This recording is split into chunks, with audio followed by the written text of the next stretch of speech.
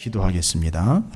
하나님, 하나님의 은혜와 하나님의 역사하심을 하나님의 뜻대로 이루고 영광 가운데 주님을 드러내기를 소망하는 주의 거룩한 백성들이 여기 이렇게 모였나이다. 주여, 우리의 연약함 때문이 아니라 하나님의 강력함 때문인 줄로 믿습니다. 우리는 우리의 입장에서 늘 우리 것만을 이야기하기를 원했고 우리를 알아봐 주기만을 바라고 소망하고 있나이다. 그러나 이제 우리가 알아야 할 것은 우리의 연약함이 아니라 하나님의 초강력함과 하나님의 뜻인 줄로 믿습니다. 우리의 마음과 우리의 생각이 아니라 하나님의 뜻과 의도가 무엇인지 오늘을 살아가는 하나님의 백성들이 하나님의 말씀에 귀를 기울여 하나님의 마음을 살필 수 있기를 소망합니다. 애굽으로 돌아가지 않게 하시고 가나안으로 들어간다 하여도 거기에 유혹에 넘어가지 않게 하시고 하나님의 규례와 법도인 말씀을 따를 수 있기를 소망합니다. 그것이 우리를 보존시켜 주시고 보호해 주시고 살려 주신다고까지 약속하셨으니 우리가 그 약속을 믿고 살아가는 이 땅에서의 삶이 되게 하여 주시옵소서. 힘들고 고달프고 먼지 나는 여정이지만 그러나 하나님의 말씀은 영원하여 사그러지지도 않고 사라지지도 않고 소멸되지도 아니하니 그 영원한 하나님의 말씀을 붙잡는 자들이 결국 승리하는 영혼들이 될 줄로 믿습니다. 하나님께서 우리의 기도를 들으시고 그 말씀으로 세워지는 영혼들 되게 하여 주시옵시고 그 말씀으로 든든하게 세워져가는 가정, 직장, 학업, 인생, 교회와 교단과 나라와 민족이 되게 하여 주시옵소서. 이 나라 대한민국을 특별히 기억하여 주시옵시고 각종의 혼란스러움과 부패함과 음란함과 타락함으로 인하여 갈피를 잡지 못하고 있는 이때에 하나님의 백성 교회와 성도들이 하나님의 생명의 길을 전하고 보여줄 수 있도록 우리를 세워주시고 보내주시옵소서. 오늘 예배에 함께한 모든 하나님의 백성들 하나님만을 바라보며 사모하는 자리가 되게 하여 주시옵시고 우리의 연약함과 부족함 속에서 하나님의 강력함과 완전함이 드러날 수 있는 우리의 시간과 우리의 삶의 자리가 되게 해 주시옵소서. 주의 말씀을 기대합니다. 다윗에게 직접 말씀하시며 깨닫게 해주신 하나님, 오늘 우리에게 직접 말씀해 주시고 깨달아 알게 해주시고 무엇보다도 은혜가 되어 서로를 나눌 수 있는 복된 자리가 되게 해 주시옵소서. 감사드립니다. 전하는 이와 받는 이가 하나가 되어 하나님만을 바라보며 집중할 수 있는 복된 자리가 되게 해 주시옵소서. 감사드립니다. 우리 구주 예수 그리스도 이름으로 축복하며 간절히 기도 올리옵나이다. 아멘. 할렐루야. 예, 옆에 있는 분 축복하겠습니다. 뭐라고 축복하시느냐 하면 이렇게 축복하겠습니다. 나의 약함이 아니라 하나님의 초강력입니다. 라고 축복하시기 바라겠습니다.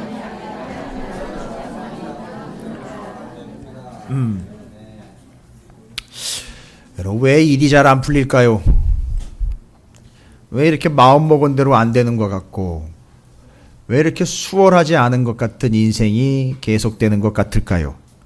그럴 때 우리는 이제 어떤 마음을 갖느냐 하면 야, 이거 참 보잘것없구나. 난 너무너무 이제 연약한 존재로구나. 야, 이거 내가 이제 해도 안 되는 건가. 특별히 우리 이제 젊은 청년들과 이제 우리는 감리교는 MYF라 그러죠. 중고청 이렇게 젊은 세대들이 있는데 이제 앞으로 직장 문제, 학업의 문제들을 놓고 고민을 막 거듭합니다. 긴 시간이 없어서 제가 간단하게 답을 드립니다. 그러다 보면 주눅 들고 이게 왜 하는 일마다 안 되는 거고 왜 나는 진로가 이렇게 계속 결정이 안 되는 거고 왜 진행이 안 되는 것 같고 학업도 안 되는 것 같고 왜 이렇게 직장은 또 빨리 안 잡히는 것 같고 젊은 정장년들 같은 경우는요. 이거 어떤 길로 가야 될지 뭘 해야 될지 모르다가 실패도 경험해보고 아픔도 경험해보고 그러다가 보면 자꾸 주눅이 들게 됩니다. 여러분 그거 오해하시면 안 돼요. 거기 말려 들어가시면 안 됩니다. 여러분이 약하기 때문이 아니라 여러분이 주눅 들어서 여러분이 쪼그라드는 게 아니라 이유는 하나예요. 왜냐하면 우리가 믿는 하나님이 초강력하시기 때문에 그게 이런 일이 발생되는 거예요. 이 일주일 동안 상당히 깊은 고심과 하나님의 말씀과 응답을 받고 전해드리는 건데 별로 반응들이 없으시네요. 그러니까 지금 내가 쪼그라들고 내가 연약한 것 같고 내가 부족한 것 같고 해도 안 되는 것 같은 게 아니라 나는 안 되는 놈, 나는 안 되는 인간 이게 아니라 하나님이 원약 초강력으로 역사하시기 때문에 그런 일이 발생되는 거라고요. 별로 감동이 안 오시죠? 예, 죄송합니다. 당해보세요, 이제. 그러면 이제 아실 거예요. 아, 이게 내가 무능력하거나 내가 부족해서가 아니라 하나님이 워낙 세시기 때문에 그렇구나. 그러면요, 예, 그렇게 이야기하시면 돼요. 아우, 기빨리네 하면서 그냥 빨려 들어가시면 돼요. 뭔 말인지 아시겠어요? 아, 이게 내 걸로는 안 되는 것이로구나 하면서 그냥 빨려 들어가시면 된다고요. 그게 그 초강력에 대한 우리의 대응법이에요. 제가 왜 이 이야기를 드리느냐 하면, 여러분, 우리가 다윗을 이야기할 때 맨날 전투에 나가면 다 이기고 다 승승장구하고 다 하는 것마다 되는 사람 같이 보이죠? 예. 그래서 우리는 다윗처럼 됐으면이라는 다윗 바라기들이 되어버렸어요. 그런데 여러분, 오늘 그건 충격적인 얘기가 아니에요. 지금까지 우리는 다윗을 너무 영웅으로 만들어버렸기 때문에, 그렇다고 다윗이 영웅이 아니라는 건 아니에요. 근데 하나님의 의도와는 어떤 다른 방법으로 다른 개념 가지고 다윗을 만들어버렸어요. 지금까지 우리가. 이건 아주 심각한 문제입니다. 이건 이제 정확하게 짚고 넘어가야 돼요. 그래서 이제 때가 됐습니다. 사무엘하 6장부터 10장까지를 통으로 이제 보셔야 돼요. 사무엘하 6장부터 10장까지를 통으로 보시는데, 이게 양이 많다 보니까 오전에는 9장까지만 볼 거고요. 오후에는 10장을 통해서 정리하면서 또 마무리할 겁니다. 오후 예배에 오시라는 얘기입니다. 아니, 그런다고 뭐 오전 예배에 또 뭐 은혜가 없는 건 아니니까 잘 정리하시면 적용 가능합니다. 6장부터 9장까지예요. 원래는 통으로는 몇 장부터 몇 장까지냐면 6장부터 10장까지입니다.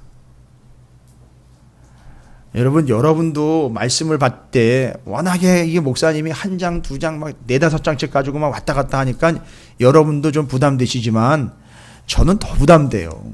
이 말씀을 준비하려면은요, 새까맣게 새야 돼요. 주일날 아침이면은요, 준비가 안 된 게 아니라 새벽 5시면 일어나야 돼요.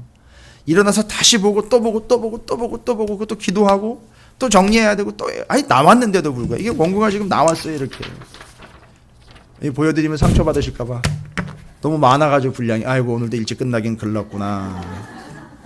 그런데 바로 이제 6장부터 이제 10장까지를 봐야 되니까 좀 길은 멉니다만 명확해요. 뭐 우리 지난주에 이미 6장을 살펴봤지 않습니까? 그죠? 6장의 내용이 뭐였느냐 하면 우리가 잘 아시는 바처럼 하나님이요, 언약궤 가져가지 말라는 거죠. 말하자면 이제 그 언약궤는 하나님의 임재이기 때문에 하나님 자체예요. 하나님 자체입니다. 그러니까 하나님이 안 가시겠다라는 거거든요. 자, 이걸 이미 우리가 이 정리한 바지만 다시 한번 좀 정리해 볼게요. 다윗이 하나님의 언약궤를 옮기려고 할 때 제가 다시 한번 살펴봤는데, 사무엘하 6장과 역대상을 같이 다 살펴봤는데 하나님한테 물어봤다는 얘기는 없더라고요. 이게 제일 먼저예요. 하나님한테 물어봤다는 얘기는 없어요. 그리고 이제 잘 보십시오. 이 한마디로 정리가 끝나더라고요. 역대상 13장 6절에 보면 제가 지난주에 여러분에게 부탁드린 부분이잖아요. 한번 좀 읽어보시라 라고 말씀드린 부분이잖아요. 역대상 13장 6절에 보면 13장은 이제 언약궤를 옮기려고 하는 사무엘하 6장의 내용을 다시 한번 설명을 해 놓은 내용이 역대하예요. 근데 역대하 13장 6절 곧 구약성경 632쪽에 보면 제가 다시 발견했는데 이것 때문에 멈춰버린 거예요. 왜 하나님이 나 안 가라고 그런 거냐면 이겁니다. 역대상 13장 6절에 다윗이 언약궤를 옮기려고 진행하는 과정 중을 설명을 해놓은 건데 이게 아무 생각 없이 적어놓은 건데 걸려버렸어요. 무슨 내용이냐? 다윗이 온 이스라엘을 어떻게 하고요? 요거예요. 하나님의 언약궤를 옮겨오려고 마음을 먹었어요. 그리고 하나님에게 물어보지도 않았어요. 정작 장본인인 하나님께는 물어보지도 않고 그 언약궤를 옮겨오겠다라는 요양으로 다윗이 어떤 행동을 합니까? 온 이스라엘을 거느렸어요. 여기 거느린 인물들 중에는 누가 있는지 여러분 아십니까? 이미 아시죠? 3만 명의 군사. 와. 그리고 이스라엘의 모든 백성들을 다윗이 어떻게 했다고요? 거느렸어요. 여러분, 거느린다라는 말은요, 누가 감히 쓸 수 있는 거죠? 그렇죠. 이 세상에 살아있는 사람들 중에서는 왕이요. 그러니까 지금 다윗은 하나님의 언약궤를 하나님에게 물어보거나 하나님의 뜻에 적합하거나 부합하게 옮겨오려고 했던 게 아니라 당연히 이건 내가 옮겨올 수 있어 라고 생각한 거죠. 왜요? 내가? 그렇죠. 그런데 하나님은 왜 안 간다고 그러신 거죠? 네가 옮겨놓는 요 쇼를 통해서 이거 네가 옮겨놓는 순간 네가 뭐 되는 거죠? 왕 된다 이거예요. 그런데 하나님 분명히 얘기하셨죠? 왕은 네가 아니고 난데, 만약에 네가 하자는 대로 내가 옮겨가 주면 어떻게 되는 거죠? 네가 왕이고 난 너한테 끌려가. 아하, 몰고 갈 때에 나는 몰려가는 존재가 될 수밖에 없죠. 그게 누가 한 짓이에요? 우사와 아요. 앞에서 아요는 속 끌고 우사는 뒤에서 몰고요. 이 짓이 일어나게 되는 것, 하나님 거기서 멈춰버린 거예요. 나는 네가 아무리 이 나라의 왕, 아니 전 세계를 다스리는 제국의 왕일지라도 네가 나를 움직이거나 너의 판단과 너의 결정에 의해서 내가 좌우되는 존재가 아니야. 이게 6장이에요. 그리고 이제 이어지면은 7장, 오늘 사무엘하 7장이 연결이 돼야 되잖아요. 근데 제가 8장으로 넘어왔어요. 7장은 6장의 연결점이에요. 다윗이 하나님에게 뭘 짓겠다라고 제안을 했지요. 성전을 짓겠다라고 제안을 했습니다. 성전 짓겠습니다, 하나님. 아이, 좋은 생각이다. 그러나 하나님이 뭐라고 얘기하셨어요? 너 성전 못 지어, 아니 짓지 마라고 얘기를 했어요. 아니, 그렇게 열심을 내었고 그렇게 열정적으로 신앙생활을 잘한 다윗이요, 하나님의 영광을 위해 살았던 그 다윗의 성전을 안 지면 도대체 누가 짓는다는 얘기입니까? 궁극적인 대답은요, 누가 짓느냐가 중요한 게 아니, 누가 짓느냐가 자꾸 포인트를 맞추니까 누가 서냐, 누가 1등이냐 이걸 자꾸 따지는 거예요. 그래서 이 일은 누가 해야 되느냐, 자꾸 교회 안에서 시끄러운 이유가 뭐냐면 1번부터 10번까지를 자꾸 점수를 매긴단 말이에요. 그래서 1등 누구 하면 다음은 너, 이렇게 얘기해버린다죠. 이게 아니라 하나님의 집은요, 성전은 원초적으로 이야기하면 7장의 내용을 여러분이 잘 살펴보면 하나님이 얘기하신 내용이 있잖아요. 하나님의 집은 하나님 뭐라고 얘기하셨어요? 예? 반드시 집이 좀 있어야 되겠다. 여러분, 이거예요? 하나님이 사무엘하 7장을 통해서 얘기하신 거는 너 집 짓지 마라고 이야기한 게 본심이 뭐였느냐? 본뜻은 7장을 읽어보시면 다 나와 있어요. 내가 언제 사사시대 때, 그때에도 집이 없었는데 저 이전에 성막 500년 역사도 그렇고 내가 집이 따로 있었던 것도 아닌데 내가 단 한 번이라도 너한테, 니들한테 야, 나 집 좀 지어줘라 이런 얘기 한 적이 있더냐? 그 뭔 얘기입니까? 그 얘기는 하나님의 말씀은 난 집이 필요 없다, 이 얘기인 거예요, 여러분. 그러니까 지금 너가 잘못 생각하고 있는 것이나 혹 오해를 하게 될 경우이기 때문에 내가 얘기를 하는데, 나는 집이 필요 없어. 그러니까 네가 열심과 믿음을 가지고선 좋은 의도로 집을 짓겠다라는 건 내가 이해를 하는데, 혹시나 네가 집을 지어서 내가 거기 임재하면 꼭 이런 인간들이 있어, 너는 아니라고 믿는다, 하나님의 말씀이에요. 그러면 내가 거기 갇혀버리고 거기다가 나를 가두고선 꼼짝달싹 못하게 묶어놓고는 거기로 사람들이 나를 구경하러 오듯 늘 나를 찾아오게 만들어버리는, 내가 일종의 이방의 우상과 같은 신의 존재로서 자리를 잡게 되는데, 나는 그런 하나님이 아니거든. 그러니까 나한테 집이 필요 없어. 집이 필요 없고 나는 언제 어디 누구에게든지 나는 임할 수 있고 찾아갈 수 있는 존재야. 여러분, 아주 중요한 신학적일 뿐만 아니라 신앙적인 원칙이에요. 하나님은 어디에다가 가둘 수가 없어요. 그러니까 솔로몬이 성전을 짓고 난 다음에도 이걸 깨달았기 때문에 뭐라고 얘기했느냐 하면, 하늘의 집인 하나님이 이 비좁아 터진 여기에 오시겠습니까? 이 이야기를 한 거예요. 이걸 깨달은 거예요. 솔로몬이 알은 겁니다. 아버지 다윗이 성전 짓지 못하고 솔로몬이 지었지만 솔로몬이 이걸 깨달은. 그리고 하나님 뭐라고 얘기한지 아세요? 내가 거할 집을 짓는 게 아니고 내가 네 집 세우는 거야. 요걸 7장에서 얘기하시니까. 그래서 내가 너 다윗의 너 집, 그 왕조를 영원히 세워줄게라고 이야기한 게 7장의 내용입니다. 여러분, 이걸 누가 보고 깨달았느냐 하면 그의 아들 솔로몬이 성전 지으면서 정확히 깨달은 거예요. 그러니까 이제 이게 연결이 되는 거예요. 그래서 시편 127편이 나온 거예요. 시편 127편이요. 시편 127편은 무슨 내용인지 여러분 아십니까? 솔로몬의 시편이에요. 하나님이 다윗에게 넌 집 못 지어, 넌 짓지 마라고 이야기하면서 나는 어디 한 공간에 매이는 존재가 아니거든. 나는 어디든지 내가 가고 싶은 때에 가고 싶은 곳으로 언제든지 갈 수 있는 그런 존재야. 그러니까 네가 짓고 사람들이 오해하면 안 되니까 너 짓지 마. 이렇게 얘기를 하신 거예요.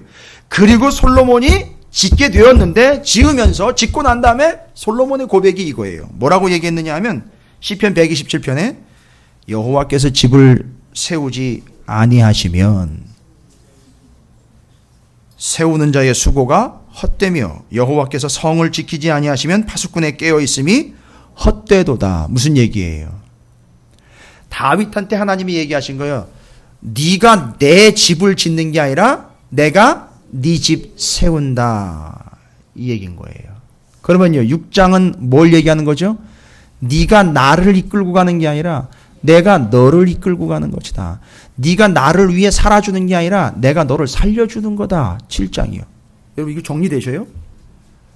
이게 지금까지 다윗을요, 언약궤 사건과 성전 지은 것 때문에 이 두 가지를 싸잡아가지고 다윗을 영웅으로 만들어버렸단 말이에요. 그런데요, 아니요, 다윗은 제대로 한 게 하나도 없어요. 정확하게 얘기하면은요, 첫 번째 언약궤 첫 번 옮기다가 그 큰일 났잖아요. 아주 뒤집어 엎였잖아요. 거기다가 성전 짓겠다라고 하나님께 기가 막히게 제안을 했는데요, 하나님은요, 너 못 지어라고 거절하신 거예요. 여러분, 아니 다윗이 한 게 없단 말이에요. 기가 막힌 상황이 발생이 된 겁니다. 여러분, 요걸 보셔야 됩니다. 이 상황이 이렇게 전개되고 있다는 걸 여러분께서 정확하게 간파를 하셔야 돼요. 그러니까 다윗은 지금 아무것도 한 게 없습니다. 그런데 이 맥락에서 보지를 않다 보니까 8장으로 넘어오면 다윗이요, 나가가지고선 블레셋, 모압, 아람의 여러 나라들과 에돔, 이 주변에 있는 나라들요, 죄다 박살을 냅니다. 그러니까 요거를 어떻게 해석을 해버렸느냐 하면 8장을 이렇게 해석을 해버렸어요. 앞에 7장과 앞에 6장 사건 때문에 하나님이 너무너무 흡족하셔서 그에게 보상과 상으로 나가는 족족 이기게 해주셨다라고 다윗을 잔뜩 띄워놨어요. 근데 오늘 본문을 보시면요, 8장을 보면 다윗이 통탄을 금치 못할 그런 추앙을 시켜놓는 내용들이 우리 안에서 이루어지고 있는 것들이 틀렸다라는 걸 여러분 확인하실 수 있어요. 여러분, 그건 다윗도 원하는 바가 아니에요. 그건 다윗도 기대하는 바가 아닙니다. 다윗이 자기를 띄워주는 순간 자기가 어떻게 돼버리냐? 자기가 왕이 되는 거 아닙니까? 그럼 자기는 추락하는 거예요. 절대 자기는 그거 안 하겠다는 거 얘기한 거거든요. 그러니까 언약궤 넘어지면서 깨달았고요, 성전 짓지 말라는 얘기하면서 대들지 않고요, 그냥 순종해버렸습니다. 그냥 꿇어버렸어요. 하나님한테 절대 왜냐고 반문하지 않았어요. 오늘 8장을 보면 더 기가 막힌 일들이 기록이 되어 있습니다. 그러니까 여러분, 오해하시면 안 돼요. 순서대로 보면 1장에 오늘 8장 1절에 블레셋 치는 이야기 나옵니다. 8장 2절에 모압 치는 얘기가 나와요. 8장 3절부터 8절까지 아람의 여러 나라들을 치는 이야기가 나옵니다. 13절 14절에는요 에돔 사람 치는 얘기 나와요. 그러니까 죄다 다 박살이 났어요. 주변에 있는 나라들이요. 그러니까 여기서 오해를 하게 되면 이제 어떤 오해가 나온다는 얘기죠? 다윗이 강력하구나, 어마어마한 파워를 얻게 되었구나, 그래서 어떻게 해서 이런 힘을 얻게 되었지라고 찾다 보니까 앞과 앞장에 두 장을 연결을 해가지고선 이유를 만들어 버렸어요. 언약궤 옮겨온 것하고 하나님의 성전 짓겠다라고 제안한 거를 잘하고 훌륭한 행동이라고 싸잡아가지고선 칭찬해 주고 그 결과로 이기게 되었다. 이렇게 만들어 버렸단 말이에요. 그러나 6장부터 10장까지는 그 내용이 전혀 아니에요. 오늘 특별히 이 자리에 오신 분들도 복되지만 만약에 이것을 영상으로 이것을 방송으로 전해 듣는 모든 전국과 전 세계에 있는 성도들에게 제가 명확하게 선포합니다. 그 구조가 아니라는 거예요. 그러면 다윗을 2번 죽이는 것뿐만 아니라 우리가 죽을 수밖에 없는 존재가 돼버립니다. 그러니까 하나님이 가만히 안 두세요. 그렇게 되면.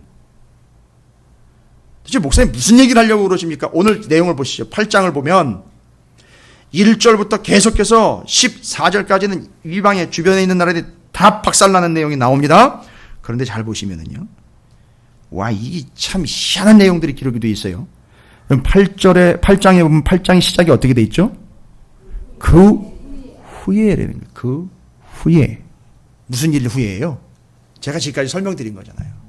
언약궤 사건, 그 다음에 성전 짓겠다라 했는데 그거 거절당한 사건, 그 후에 일어난 일이에요. 그 후에, 그러니까 이걸 사람들이 그것 때문에로 잘못 받아들였어요. 그러나 그 기가 막힌 사건 뒤에 이제 또다시 기가 막힌 일들이 벌어진다라고 이야기하는데 8장 1절 그 후에 다윗이 블레셋 사람들을 쳐서 항복을 받고 블레셋 사람들의 손에서 메덱 암마를 빼앗으니라. 빼앗았죠? 2절 가보겠습니다. 다윗이 어디로 갑니까? 모압을 쳐서 그들로 땅에 엎드리게 하고 줄로 재어 그 2줄 길이의 사람은 죽이고 한 줄 길이의 사람은 살리니 모압 사람들이 다윗의 종들이 되어 조공을 드리니라. 이거 뭔 얘기입니까? 8장 2절 이 중고딩 야단치는 게 아니에요. 집중 잘해요. 놓치지 말고. 여기 중고청들이 여러분 나중에 어마어마한 수준이 될 거예요. 여러분 축복해 주십시오. 예. 이렇게 말씀으로 지금 양육되다 보면 얘들 딴 데 가서 얘들 한 명만 앉아 있으면은요 절대 누가 됐든지 햇소리 못 해요. 목사님 그거 아닌데요. 그 말씀은 그게 아닌데요. 지금 여기 계시는 분들도 벌써 듣다 보면 그거 아닌데라고 탁 나오죠. 그건 비판하고 비평하라고 얘기 드리는 게 아니에요. 아닌 건 아닌 거예요. 오늘 말씀이 그 내용이에요. 정말 중요한 겁니다. 이거 정신 바싹 차리셔서 정리해서 내 것으로 만들어 버리시길 바랍니다. 예. 근데 2절에 보면 모압을 치고 난 다음에 이상한 행동을 해요. 줄을 하나 준비했어요. 끈이요, 끈. 예, 끈. 줄을 하나 준비를 했는데 이게 일정한 길이가 있어요. 그죠? 근데 이 줄이 2줄 길이로 준비를 했어요. 그래가지고서 모압 사람들 중에 한 줄 길이까지면 어떻게 한다 그랬죠? 살려주고요. 2줄 길이 가면 죽입니다. 여러분 2줄이면은요. 정확한 사이즈는 안 나와 있어요. 근데 일종의 기준이 됐어요. 2줄 길이면 여러분 다윗에게 2줄이면은 큰 걸까요? 작은 걸까요? 예? 한 줄이면은 작은 걸까요? 큰 걸까요? 지금 기준은 한 줄, 2줄밖에 없어요. 여러분 복잡하게 생각하실 필요 없습니다. 한 줄은요 작은 거예요. 2줄은요 큰 거예요. 그죠? 다윗에게 큰 게 뭐가 있었습니까? 예전에 골리앗이요. 2줄이면요 사이즈가 누구만큼이면 골리앗만큼이면 다 죽여버린 거예요. 왜 그랬을까요? 여기서 또 이제 막 이걸 막 굴리기 시작을 해요. 이게 왜 그랬을까? 지가 왕이고 지가 힘이 세야 되니까 지보다 센 놈들은 다 죽여서 지가 다스리기 어처구니가 없는 거예요. 이렇게 해석해버리면 이제 끝장나는 거예요. 이건 다른 해석 방법이 안 나와요. 그 다음에는. 여러분 다윗이 그 정도 수준이 아니거든요. 그러면 2줄 길이면은요 누가 기준이라고요? 골리앗이요. 그리고 사사시대 때 보면은요 네피림이라고 거인이라고 불리던 사람들 얘기하는 거예요. 여러분 그거 정리 끝났잖아요. 큰 자, 배틀채를 들고 난리 설치는 자, 어마어마하게 등치 커가지고요 힘 세고요. 그 누구예요? 한마디로 용사. 용사요, 용사. 지가 용사다, 지가 갑이다, 지가 세다, 지가 최고다라고 하는 것들은 죄가 죽여버렸다는 얘기예요. 그리고 아이고 나는 어쩔 수가 없네요. 나는 약하네요. 나는 부족하네요 하는 인간들만 죄다 살려놨어요. 왜요? 그래야 그 사람들이 하나님의 은혜로 살아갈 수 있기 때문인 거예요. 그 다윗이 지금 짧은 사람들 붙잡아놓고 하나님의 은혜요라고 살려준 거예요. 이해가 되십니까? 그러니까 자기 능력이 세고 자기 키가 크고 미안해 진혁아 너 얘기하는 게 아니야. 이 당시에 키가 컸다는 얘기는 용사라는 얘기인 거예요. 절대 진혁이는 그럴 리가 없습니다만 거인들이라고 일컬어지고 있는 용사, 용맹을 떨치려고 했던 그 당시에 자기 힘을 믿고 막 설쳐대니까 하나님이 치신 거예요. 그리고 나는 왜 이렇게 살아가야 되지 하고 아주 연약해진 사람들에겐 하나님의 초강력 수가 임해서 하나님의 은혜로 그들이 살아나게 되는 걸 이야기하는 거예요. 여러분 이게 그 뜻을 담고 있는 겁니다, 여러분. 그래서 다윗이 여러 사람이 보는 앞에서 누가 살아남은 거예요? 약한 자요. 누가 죽은 거예요? 강한 자요. 지가 스스로 용사다라고 나대는 인간들 다 죽은 거예요. 누가 살려줬어요? 모양으로 보면은요. 다윗이요. 뭘로 살려준 겁니까? 여러분 말이 됩니까? 줄 하나 갖다가요. 아니 줄 하나 갖다가 거기 맞으면 사르고요. 그거 넘어가면 죽는데 이게 말이 되냔 말입니다. 그게 은혜인 거예요, 여러분. 그게 하나님의 기준인 거예요. 그래서 이 사람들은 살아난 겁니다. 이게 이해가 되세요? 다윗이 지금 그걸 펼쳐내고 있는 거예요. 하나님의 은혜가 뭔지를 알려주고 있는 겁니다. 스스로 힘세다고 스스로 강력하다고 스스로 권능을 믿는 자들에게는요 답이 없어요. 그 다윗을 다 죽였어요. 아니 모압의 웬 날벼락입니까? 아니요. 이건 이 세상에 던지는 하나님의 메시지예요. 절대 자기 힘으로 자기 초강수 자기 강력함으로 나아가는 사람들에게는요 하나님이 힘을 안 쓰셔요. 그건 끝난 거예요. 그 사람이 그대로 자멸하게 돼 있어요. 그걸 이야기해 주는 거예요. 그래서 하나님이 다윗을 통해서 치십니다. 이것뿐만이 아니에요. 뒤에 가보면은요 여러분 3절부터 8절까지는 아람의 여러 나라들을 치는 이야기가 나왔다 그랬지 않습니까? 4절을 한번 보십시오. 사무엘하 8장 4절에 보면 르호비 아들 소바왕 그 앞에 부분에 있는 이 사람들 다 어느 동네 사람들이면 아람이에요. 아람 사람들인데 아람, 에돔, 모압, 알다가도 모를 지명들 많이 나오는데 이스라엘 말고 딴 나라 이렇게 얘기하시면 돼요. 그냥 옆에 있는 나라들. 근데 그 아람의 군대와 마병을 친 이야기가 4절이잖아요. 그렇죠? 2절은 모압 얘기를 했죠? 모압 4절 그에게서 마병 1700명과 보병 2만 명이요. 와, 어마어마한 인원이 지금 들러붙었네요. 그죠? 누구 치려요? 다윗하고 싸우려고 나오는데 그런데 다윗이 어떻게 돼버렸어요? 이들을 사로잡았어요. 사로잡고 병거 100대에 마병 1700명이면은요 마병이에요. 마병. 말을 타는 사람들이거든요. 그죠? 말이 어마어마한 말이 있었던 거예요. 어마어마한 말이요. 거기다가 그건 개인적으로 타는 말이겠지만 마차 같은 경우는요 말이 더 필요하겠죠. 알고 보니까 뒤에 병거 100대라고 이야기하니까 지금 마병과 병거들이 계속 줄줄이 몰려오고 있는 상황이었는데 그걸 다 치고 다윗이 어떻게 했죠? 병거 100대에 말만 남겨놨대. 특별히 또 사람을 몇 명 남겨놨다고 얘기를 안 하고 말 몇 명 남겨놨대요.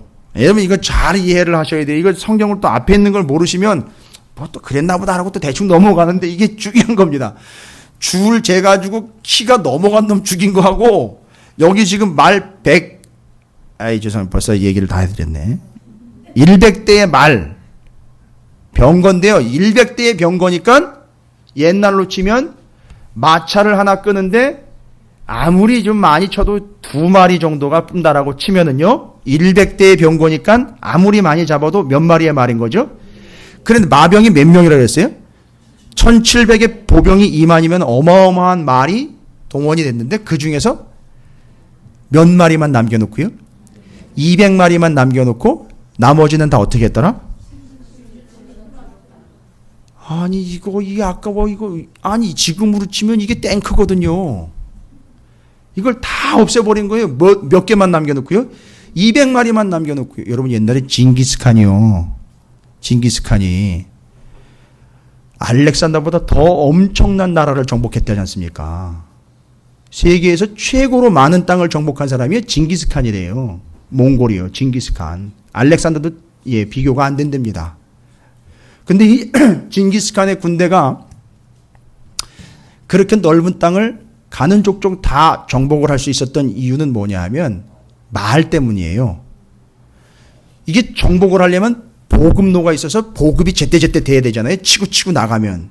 그래서 다른 동네는 다 보급이 안 돼서 망하는 거예요. 옛날에 우리나라 이제 임진왜란 때도 그렇고 다 보면 그런 문제예요. 근데 이 징기스칸은요, 군인들이요, 말을 2마리씩 끌고 다닌답니다. 갈아타는 게 아니라 가다가 말을 1마리를 잡아먹는데요. 처음엔 샤브해 먹고요. 그 다음에는요, 구워 먹고요. 그 다음엔 말려서 육포로 먹고. 이렇게 해가지고 말 1마리를 끌고 다니면서 전 세계를 치고 들어가는. 그러니까 보급이 필요 없는 거예요. 그냥 말 2마리 가지고 하나는 양식 쓰고 하나는 타고 다니는 거예요. 그래서 타고 다니다가 약한 걸 먹으면 끝나는 거니까 그러면서 살아가는 거예요. 이게 정복의 이유였답니다. 여러분 말이 그런 존재예요. 어마어마한 겁니다. 이건 수송용인 때다가 무기예요. 아니 그런데 다윗은요.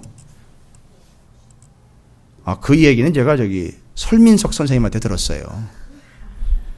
자, 그런데 그런 상황인데 다윗은 그 어마어마한 숫자의 말들을요, 그 중에 딱 200마리만 남겨놓고 나머지는 다 끊어서 죽여버렸어요. 이것도 뭔 도대체 이게 행동인가, 이게. 하다가도 모를 거예요, 이게. 왕이면은요, 그거 다 관리해서 잘 쓰면, 이거 거대한 나라를 이기는데 재산도 될 뿐만 아니라 이 무기도 되는 거니까 좋은 거 아니겠습니까? 그죠? 성경을 모르면 답답한 거죠. 다윗이 왜 이런 짓을 했는가? 여러분, 이건 여기서 우리가 고민을 하면 답이 안 나와요. 성경을 봐야 돼요, 성경. 여러분, 신명기 보겠습니다. 신명기 17장입니다.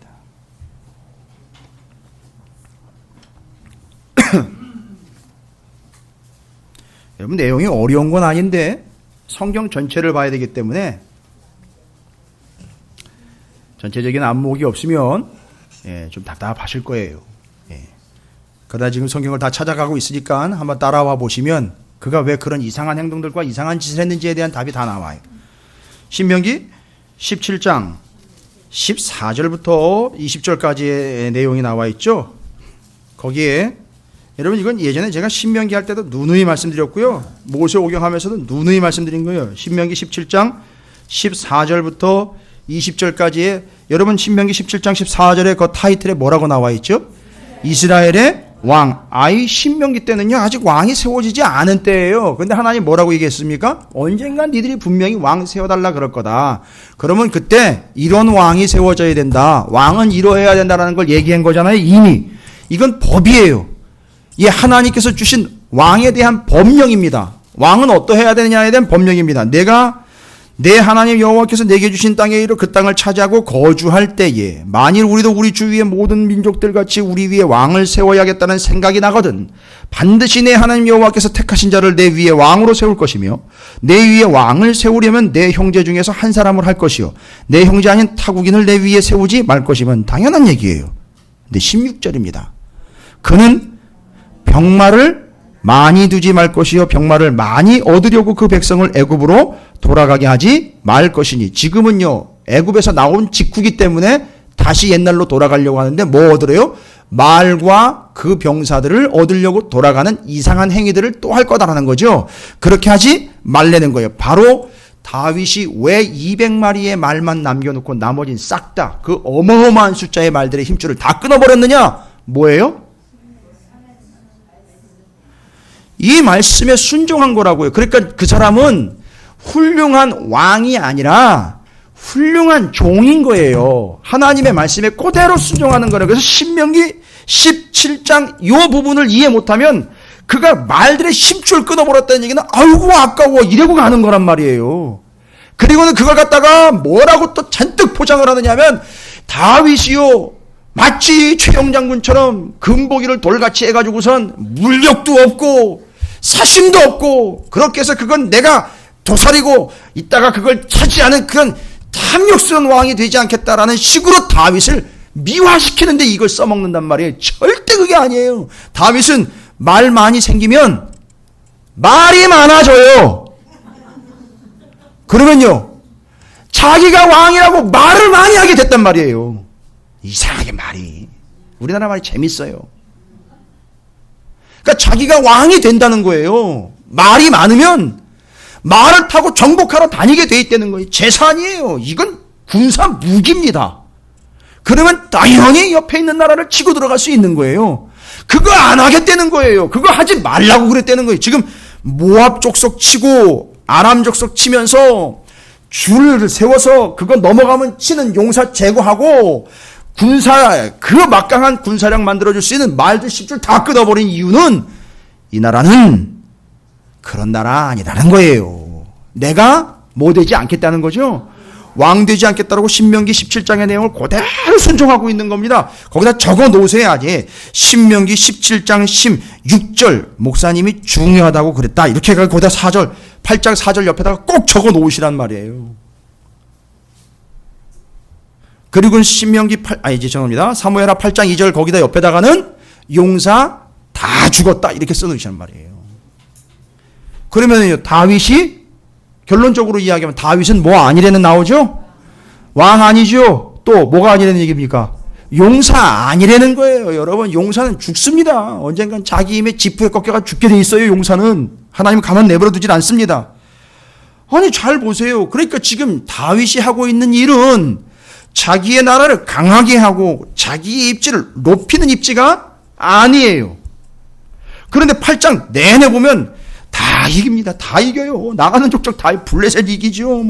모압 이기죠. 아람 이기죠. 모압 이기죠. 싹 입니다. 그러면 이제부터 뒤로 쭉 나가면서 사무엘하 8장이 이야기하려고 하는 하나님의 본심을 이제 읽어갑니다. 잘 보십시오. 그러니까 다윗은 하나님의 마음을 잘 읽은 거죠. 나 왕 아니죠. 나 용사 되면 안 된다는 거 정확하게 정리 끝냈죠. 그리고 이제 5절부터 다시 읽어볼게요. 8장 5절입니다. 다메섹의 아람 사람들이 소바왕 하다네셀을 도우러 온지라 다윗이 아람 사람 2만 2천 명을 죽이고 다윗이 다메섹 아람의 수비대를 두매 아람 사람이 다윗의 뭐가 됐습니까? 종이 되었어요. 뭐가 될 수 있는 순간이죠. 다윗이 왕이 돼버릴 수 있는 순간이에요. 거기다가요, 나라와 나라 사이에는요, 힘과 힘의 논리에서 져버리면은요, 조공을 바치게 돼 있습니다. 나라와 나라 사이에서의. 그러니까 이거 큰 그림 못 그리면요, 성경도 참 어려운 거예요. 그래서 나라와 나라 사이에 다윗이 그 나라를 이겼으니까 결국 어떻게 됐죠?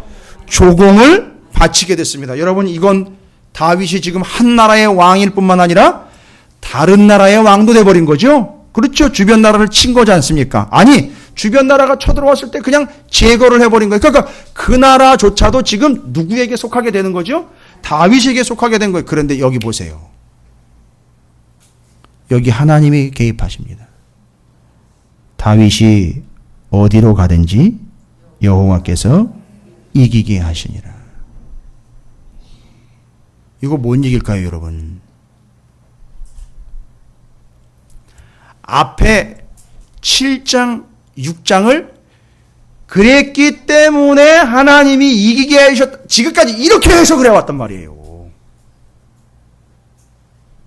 앞에 언약궤 옮겨놓고 성전 짓겠다라고 열심을 낸 결과 하나님이 이기게 하셨다. 이걸 보상과 거기에 대한 상급으로 이해를 했단 말이에요. 아니요. 너가 이긴 게 아니고 내가 한 거라는 걸 여기다가 세게를 박아버리고 있는 거예요. 이게 그 차이인 겁니다. 그러니까 다윗이 한 게 아니고 누가 했다는 거죠? 하나님이 하셨다는 거예요. 그러니까 다윗은 여기서 절대 나대면 안 돼요. 이걸 알았어요. 여러분, 여기서만 멈추지 않습니다. 계속 읽어가 볼게요. 7절에 다윗이 하닷에셀의 신복들이 가진 금방패를 빼앗아 예루살렘으로 가져오고 또 다윗 왕이 하닷에셀의 고를 베다와 베로데에서 매우 많은 놋을 빼앗았느니라.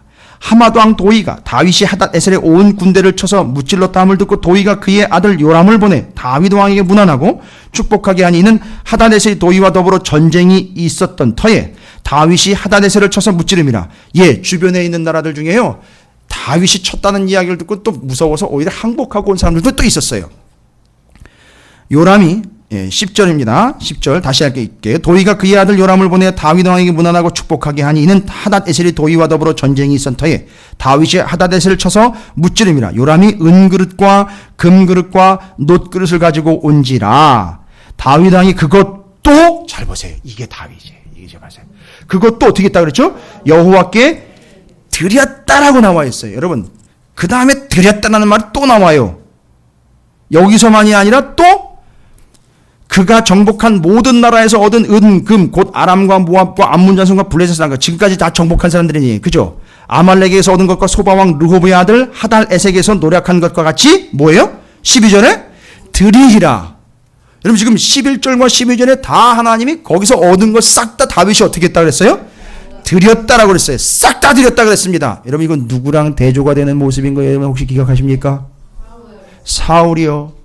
아말렉과의 전투에서 싹 다 진멸시켜가지고 하나님께로 돌리라고 그랬는데 돌리지 않은 거죠? 예, 맞습니다. 사무엘상 5장인가요? 15장인가요? 예. 사무엘상에 나와 있는 내용이에요. 사울이 진멸시키지 않고 빼돌린 그 내용과 완전히 대조가 되고 있는 상황인 겁니다. 지금 사울과 같이 않다는 거 얘기한 거고, 다 드렸다라고 여러분, 드린다라는 걸 동사로 여러분이 이해하시는데 이건 원래 형용사예요. 드렸다. 무슨 내용이냐 하면, 히브리어를 알려드리면 들어보신 경험이 있으시면 연결되실 거예요. 드렸다라는 걸 동사로 이렇게 기부라는 표현으로 이렇게 쓰일 것 같은데 아니요. 여기 드렸다라는 표현은요, 히브리어로 카도시라는 단어를 써요. 카도시. 여러분, 카도시가 뭔지 아세요? 옛날에 교회 예배당의 강대상 앞에 보면 히브리어로요, 샬롬 다음에 많이 쓰였던 게 카도시라는 단어예요. 뭔지 아십니까? 카도시? 거룩이라는 뜻이에요. 거룩. 그러니까 지금 다윗이 자기가 전쟁터에서 얻은 그 모든 것을 다 어떻게 하게 했다는 거죠? 거룩하게 했다는 거죠. 그건 어떻게 했기 때문에 거룩하게 된 겁니까? 하나님에게 드렸기 때문에 거룩하게 된 거예요. 그러니까 이 사람이 지금 거룩한 사람인 거예요. 다윗이요. 그러나 사울은 그렇지 아니했기 때문에 하나님으로부터 약속을 받지 못하고 버림받게 된 거예요. 더러운 자가 된 겁니다. 이게 지금 다윗이 드렸다라는 단어인 카도시를 통해서 이야기하려고 한 게, 그가 하나님 앞에 거룩한 자로 구별되었다 이야기하는 거예요. 그러니까 지금 자기가 갖고 싶지 않다는 거예요. 나는 이거 가질 마음이 없다는 거예요. 잘 보시면 8장 내내 다윗은 지금 아무것도 자기가 한 게 없어요. 그죠? 뭐만 하고 있습니까? 하나님만 인정하고 있는 거예요. 그렇죠? 줄 재가지고 용사 죽였고, 심줄 마병 많이 두지 말라는 말씀 따라서 심줄 다 끊어버렸고, 심지어는 주변에 있는 나라에 다 넘어졌는데 그 뒤에다가 반드시 하나님 세기를 봐가지고 6절, 그 다음에 14절 보세요. 다윗이 에돔의 수비대를 두되 온 에돔의 수비대를 두니 에돔 사람이 다윗의 종이 되니라. 그런데 그 앞에 13절 보세요. 다윗이 이렇게 승승장구하니까 어떤 일이 생깁니까? 천명 쳐죽이고 돌아와서 뭘 떨치기 시작합니까? 명성 떨치니라 이름 나기 시작하지요. 다윗 대단한데 하면서 다윗 높이기 시작하지요. 거기다가 다윗에게 뭐예요? 다윗의 종이 되기 시작하지요. 그럼 다윗 뭐 되기 시작한다는 얘기입니까? 왕 되기 시작한다는 거죠. 거기다가 또 세게를 박아요. 뭐라고 얘기했습니까?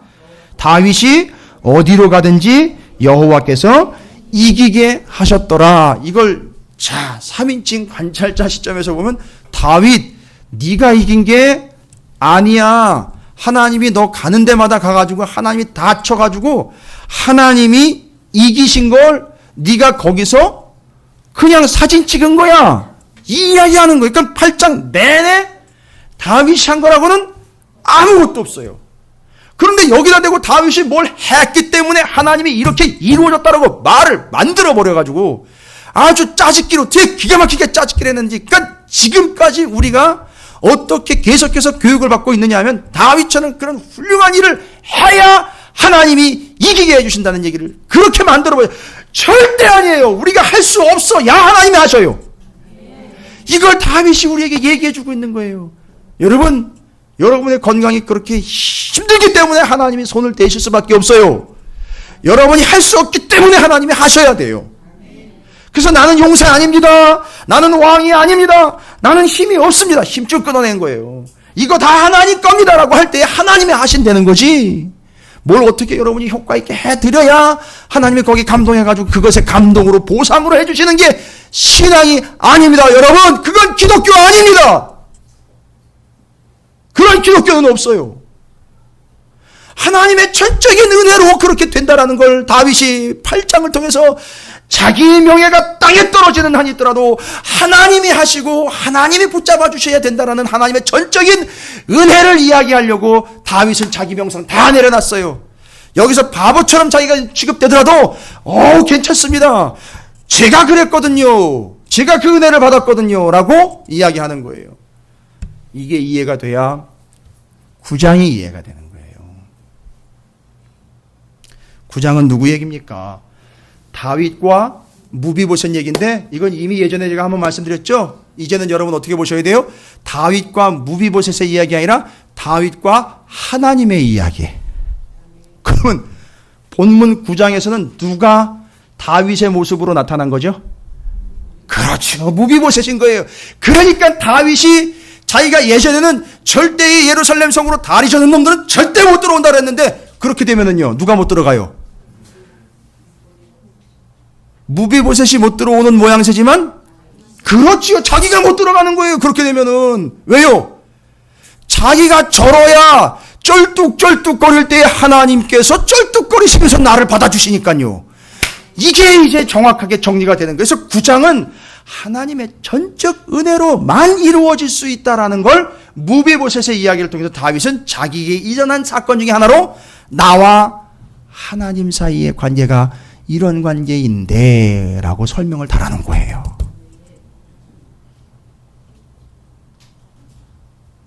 어떻게 여러분 6, 7, 8, 9장까지 정리가 되어 오셨습니까? 여러분 설교 요즘에 이렇게 하면은요 교인들 안 와요. 설교에서 정확하고 중요한 거 하나만 뽑아가지고 그거만 얘기해줘가지고 그거만 기억하게 해주고 편하게 해줘야지. 그거 복잡해가지고 교인들이 요즘에 안 온다고요. 목사님 이제 날씨도 더워지는데 그렇게 해가지고는 도대체 사람들이 감동도 없고 하는데 여러분 저는 그렇게 할 수가 없어요. 제가 이미 그렇게 될 수가 없는 존재가 되어버렸어요. 저는 사기칠 수가 없습니다. 그렇다고 다른 분들이 다 사기친다는 얘기가 아니에요. 제 스스로가 사기칠 수가 없어요. 여러분 6, 7, 8, 9장이 연결이 돼야지 이해가 되는 하나님의 은혜를 얘기하려고 하는 건데 거기서 달랑 하나 뽑아가지고 여기서는 이렇게 해야 이렇게 됩니다라고 이게 인과관계를 따지는 게 아니잖아요. 하나님의 인과관계가 아니라 하나님의 전적인 은혜라는 걸 이야기하려고. 그래서 제가 서두에 말씀드린 거 있죠. 왜 내가 이렇게 안 되는 거지? 라는 거는요. 이제 바꾸시라고요. 이게 전환이라. 왜 난 그렇게 고생했지? 하나님의 초강력함 때문에 그런 일이 일어났던 거예요. 그걸 은혜라고 받아들이시면 됩니다. 근데 만약에 여러분이 그런 고생하지 않고 그런 억눌림이나 그런 하나님의 조절 속에 있지 않았다면 여러분은 어떻게 됐을까요? 그렇죠. 여러분 벌써 이게 눈치가 빨라가지고요. 다 나와요. 답이 다 나와요. 만약에 하나님이 그렇게 억누르지 않았다면요. 우리 어떻게 살아왔을까요? 지금까지. 내가 왕이다. 내가 용사다. 이러면서 왔을 거예요. 내가 다윗만 못한 게 뭐가 있습니까? 막 대들 거예요, 이제. 내가 이것도 했고 저것도 해드렸는데 하나님 나한테 이러시깁니까? 이제 이럴 때 언약궤 멈추는 거예요. 이럴 때 나 집 필요 없어 이렇게 돼버리는 거예요. 그리고 하나님이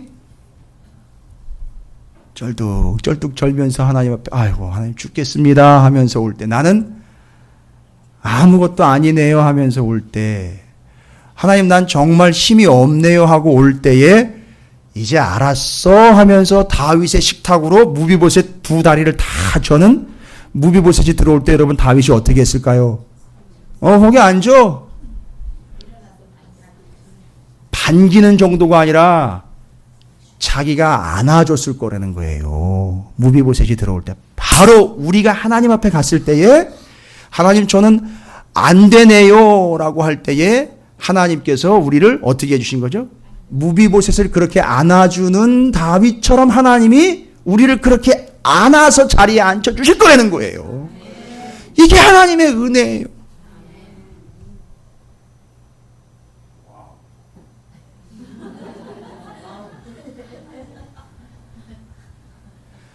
이걸 전해드렸어야 되는데 지금까지는 인과관계로 그렇게 하면 그렇게 됩니다라고 자꾸 이야기를 했단 말이죠. 이제 좀 아쉽고 좀 늦었지만 우리 성도들께서는 그것을 정확하게 깨달으시고 여러분이 하나님의 은혜를 그렇게 사모하는 하나님의 거룩한 백성들이 되시기를 주님의 이름으로 축원을 드립니다. 기억하십시오. 나의 무능력함 때문이 아니라 하나님의 강력함 때문에 그런 일이 일어나고 있다는 거예요. 거기에 여러분이 그냥 인정하시면 돼요. 힘의 유혹으로 올 때 끊어버리십시오. 예. 용사의 유혹이 올 때 잘라버리셔야 돼요. 그 오늘 두 가지 사건을 절대 잊지 마시기 바랍니다. 다윗이 두 줄을 준비했다가 짧은 줄, 그 한 줄 길이 넘어가면 그냥 과감 없이 그 자리에서 처단해버렸던 것. 말 200마리 달랑 남겨놓고 나머지 싹 다 힘줄 탁탁 끊어버릴 때 그에게 어떤 마음과 믿음이 있었는지 여러분 끊어버리고 잘라버리는 거 이걸 너무 단호하게만 여기지 마시고요. 그게 바로 하나님의 은혜를 아는 자들이 그렇게 살아가는 거예요. 하나님의 은혜를 아는 사람이기 때문에 아우 하나님의 은혜지요라고 두리뭉실 넘어가는 게 아니라 어떻게 한다고요? 넘어가면 잘라버리고 힘세게 세워버리면 그걸 끊어버리는 자가 된다는 거예요. 이게 은혜의 결과예요. 그래서 은혜 받은 사람들은 더 철저하게 되어 있어요. 하나님 앞에 더 철저하게 되어 있습니다.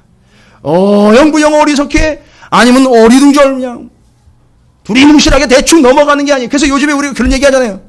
이게 밥 먹으면서 매일 그 얘기하는데 교회가 맨날 뭐 은혜요 하면서 대충 넘어갑시다. 대충 지나갑시다.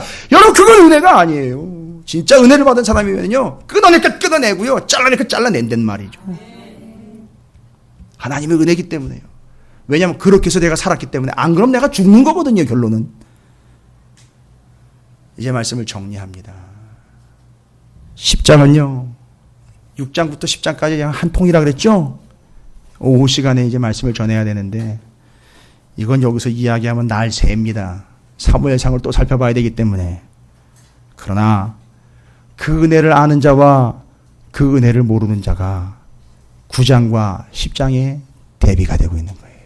무비보셋은 그 은혜를 아는 자지만 여기 10장에 나와 있는 암몬 자손의 한울이라는 왕은 그 은혜를 모르는 자예요. 여러분 왜 10장에 그 이야기를 적어놓는지 아십니까? 11장 넘어가면은요 기가 막힌 구조입니다. 여러분 11장 넘어가면 무슨 얘기가 나와요? 다윗과 밧세바 얘기가 나와요. 이 일이 왜 일어났는지 여러분 아시겠어요? 이제 10장까지 하나님의 전적인 은혜, 하나님의 주권, 하나님의 왕되심, 하나님의 용사되심, 하나님의 만군의 왕되심이 11장 넘어오면서 어떻게 된 거죠? 다윗에게서 무너진 거예요. 그 순간 그런 일이 터지는 겁니다. 여러분. 그래서 하나님의 은혜에 다윗이 말하자면 대든 거예요. 누구처럼요? 10장의 그 사람들처럼요. 그건 오후 시간에. 여러분 이게 기가 막힌 구조예요. 잘 좀 이해가 안 됐다 싶으시면 다시 한번 들어보십시오. 녹화해서 우리가 잘 올리고 있습니다. 아주 올리는 속도도 엄청 빨라요. 우리 교회는. 그래서 바로바로 올라가니까 바로바로 다시 들으시면서 다시 확인하시면서 다시 점검하십시오. 그러나 오늘 우리가 분명히 알아야 될 것은 다윗이요. 절대 우리가 오해하고 생각했던 것처럼 우리가 만들어낸 것처럼 어떤 보상으로 그가 이겼다거나 어떤 보답으로 하나님이 뭘 어떻게 해주신 게 아니라 전적인 뭐로만요? 하나님의 은혜로만 살아가게 되도록 만드셨다라는 게 다윗을 통한 우리에게 주신 명확한 진리요 깨달음입니다. 그래서 다윗은 9장 얘기를 다시 한번 합니다. 다윗은 쩔뚝거리면서 들어오는 무비보셋을 보면서 이렇게 고백했던 거죠. 절대 어디에도 안 나와 있어요. 그러나 다윗의 입장에서 무비보셋이 쩔뚝거리면서 자기 궁으로 들어오는 걸 보고 저건 나다! 라고 이야기한 거예요. 아, 저건 나다! 내가 받아줘야지. 왜? 나를 그렇게 하나님이 받아주셨으니까. 이 얘기인 겁니다. 할렐루야. 옆에 있는 분 축복하겠습니다. 뭐라고 축복하냐? 당신은 충분히 약해도 됩니다. 라고 축복하십시오. 그 다음이 또 있어야 되죠. 왜냐? 하나님이 초강력이시기 때문입니다. 라고 축복하시기 바랍니다. 예. 할렐루야. 아마 여러분이 겪고 있는 그 어려운 일들이 아마도 하나님이 지금 그거 끊어내며 막 잘라내고 있는 그런 과정일 거예요. 그래야 이제 어디로 가든지 하나님이 이기시게 했다라는 이제 고백이 여러분을 통해서 나오게 될 줄로 믿습니다. 결단하겠습니다. 여러분, 오늘은 복잡하지 않습니다. 그냥 하나만 기도할게요. 하나님, 저는 너무너무 약하고요. 하나님은 최고로 강하시니까 은혜 베풀어 주세요. 라고 기도하시기 바랍니다. 하나님의 은혜로 여기까지 왔고요. 앞으로도 하나님의 은혜를 더 베풀어 주시길 소망합니다. 라고 하나님 앞에서 솔직하게 인정하십시오. 내가 한 게 없고요. 내가 할 것도 없습니다. 할 수도 없습니다. 하나님 은혜 베풀어 주세요. 난 용사 아닙니다. 난 왕 아닙니다. 내가 사는 나라는 강력한 제국 아닙니다. 하나님, 내게 은혜 베풀어 주십시오. 다윗의 마음과 믿음으로 주님의 이름을 크게 한번 부르시고 통성으로 은혜를 사모하며 기도하며 나아가도록 하겠습니다.